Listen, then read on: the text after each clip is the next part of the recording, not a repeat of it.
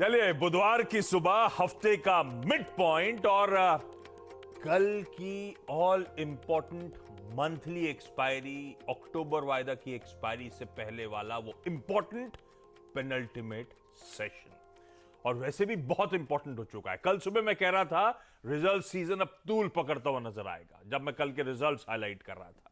उसके ऊपर आज देखिए एक और रिजल्ट हेवी डे, 8 निफ्टी की कंपनीज और 10 दरअसल होनी थी 11। जी एंटरटेनमेंट के आज नंबर्स अब नहीं आ रहे हैं, तो 10 वायदा बाजार की और कंपनीज के नंबर्स, उसके बाद ढेरों इंपॉर्टेंट कैश मार्केट के नंबर्स लाइंड अप है। और उसमें भी जो 8 निफ्टी की कंपनीज हैं उसमें आईटीसी, एल&टी, मारुति जैसे दिग्गजों के नंबर्स कीनली अवेटेड होंगे। ऊपर से कल बाजार बंद होने के बाद जो तमाम नंबर्स आए हैं उस पर हम लोग आज सुबह खुलते ही रिएक्ट करने जा रहे हैं। तो रिजल्ट सीजन अपने बिल्कुल चरम सीमा पे तूल पकड़ता हुआ, उस बीच हमें भारतीय बाजारों में अपने ट्रेड्स की पोजीशनिंग करनी है। कल का बाजार आपकी स्क्रीन पर आएगा और कल जब हेवी रिजल्ट्स, हेवी डे था, बढ़िया मोमेंटम तूल पकड़ा।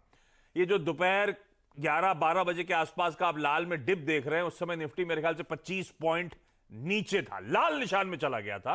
और वहां से देखिए क्या रिमार्केबल कमबैक।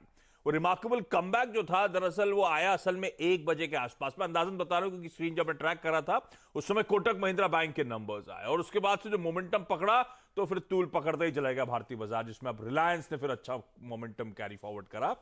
फाइनली वो 25 पॉइंट नीचे वाला निफ्टी 150 पॉइंट की मजबूती के साथ बंद होता हुआ नजर आया। इस तरह का बढ़िया सेशन मंगलवार का सेशन पैन आउट हुआ। लेकिन आज के उसमें भी ध्यान रखें, रिलायंस हुआ, कोटक हुआ, बजाज फाइनेंस हुआ, ये सब स्टॉक्स लार्जली कंट्रीब्यूट कर रहे थे। आज के क्यूज क्विकली स्क्रीन पे दिखा दीजिए। यूएस मार्केट में कल किस तरह का सेशन था। तो यूएस मार्केट्स में एक सीमित दायरे में इंट्राडे चार्ट देखेंगे तो वॉलेटाइल ट्रेड था। फाइनली क्लोज एकदम फ्लैट होते हुए वहां के बाजार, फ्लैट लेकिन रिकॉर्ड हाइज के आसपास ही वो फ्लैटिश रुझान के साथ ट्रेड करते हुए नजर आए। और आज सुबह के फ्यूचर्स चाहे डाउ का हो, नैस्डैक का हो, सिंगल डिजिट गेन्स या मूवमेंट्स हैं, तो इसीलिए एकदम फ्लैट रिलेटिव कामनेस कल थी, वैसे ही रिलेटिव कामनेस आज सुबह वो फ्यूचर्स भी यूएस के इंडिकेट करते हुए। वैसे में तब और अब स्क्रीन पे दिखा दीजिए। हम डाइजेस्ट करके कहते तेजी 100 पॉइंट से ज्यादा, 105 पॉइंट डाउ फ्यूचर्स मजबूत था जब हम कल 3:30 बजे बंद हो रहे थे। हुआ क्या, फ्लैट ट्रेड, गेन थोड़े से ठंडे पड़े, 16 पॉइंट ही ऊपर बंद हुआ। और आज सुबह डाउ फ्यूचर्स 8 पॉइंट ऊपर है, तो हमने जो डाइजेस्ट किया था उससे ठंडा परफॉर्मेंस। लाइकवाइज नैस्डैक में तो अच्छा मोमेंटम बना, 103 पॉइंट का उछाल था।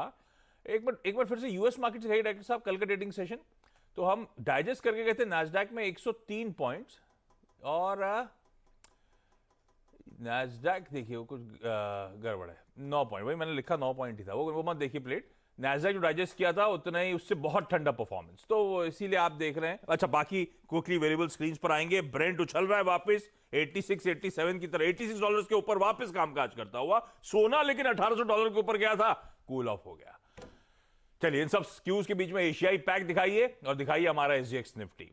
खैर, उस स्क्रीन पे सुबह से टीम चलाई रही है, तो 20-25 पॉइंट के हल्के से लाल निशान के साथ आज एक्सपायरी से पहले वाले पेनल्टीमेट सेशन को हम अप्रोच करेंगे। तो फ्लैटनिश रुझान के साथ शायद ट्रेड की शुरुआत। ऐसे में ग्लोबली मूड मॉल है कैसा, नीरज जी बताएंगे, और फिर वीरू से समझेंगे कैसे आज के सेशन के लिए हम लोग स्ट्रैटेजाइज करेंगे।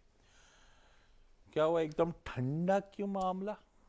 देखिए, रिजल्ट्स तो बहुत अच्छे आ रहे हैं वहां पे, जिसके भी आए। वो आफ्टर मार्केट भी अच्छा है, फिर भी फ्यूचर नहीं चल रहा। आउटलुक अच्छा नहीं दे रहे लोग। क्या कह रहे हैं? किसी को आगे अपनी सब्सक्रिप्शन में उतनी दिक्कत आ रही है। कल फेसबुक 5% गिरा क्योंकि एप्पल ने अपने फ़ोन में बहुत ज़्यादा रिस्ट्रिक्शंस लगा दी हैं, तो डेटा एक्सेस में मुश्किल होगी। आगे का जो गाइडेंस है ना सारी कंपनियों का, वो सबड्यूड है, इसलिए जो इतनी रनअप हुई है। उसके बाद रिजल्ट के बाद नहीं चलते, रिजल्ट बहुत अच्छे आ रहे हैं। S&P के जो रिजल्ट अब तक आए, करीब 30% कंपनीज के रिजल्ट आ चुके हैं, उसमें से 80% कंपनियों ने मार्केट एक्सपेक्टेशन से बेटर रिजल्ट्स दिए हैं। उसके बावजूद जो है आगे का आउटलुक चूंकि उतना रोबस्ट नहीं है जितना अच्छे रिजल्ट्स हैं, इसलिए थोड़ा ठंडा प्रदर्शन है। स्टॉक नतीजों के बाद उतना अच्छा तेजी से चल नहीं रहा। अब देखिए, अब रोज डाउ जोन्स या ये सब न्यू हाइज बना रहे हैं, 10 पॉइंट चलते हैं, 15 पॉइंट चलते हैं, न्यू हाइज बनता है, क्योंकि वो उस लेवल को सस्टेन कर रहे हैं।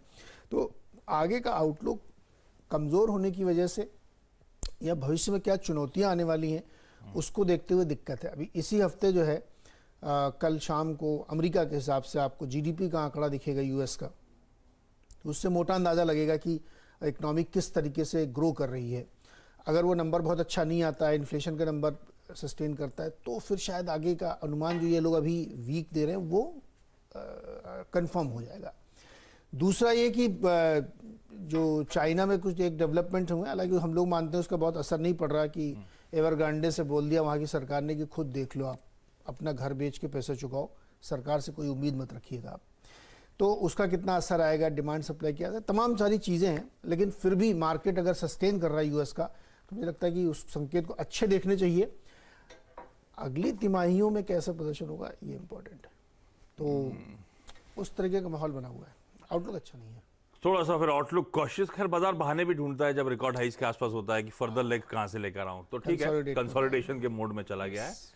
और ग्लोबली क्या है, स्विट्जरलैंड हुआ, इटली हुआ, लंदन हुआ, न्यूयॉर्क हुआ, यहाँ सब घूमने जाना चाहता था मैं, पर वो कोवैक्सीन को फिर अप्रूवल नहीं दिया। सिंगापुर आप आरटीपीसीआर करा के चले जाओ ना।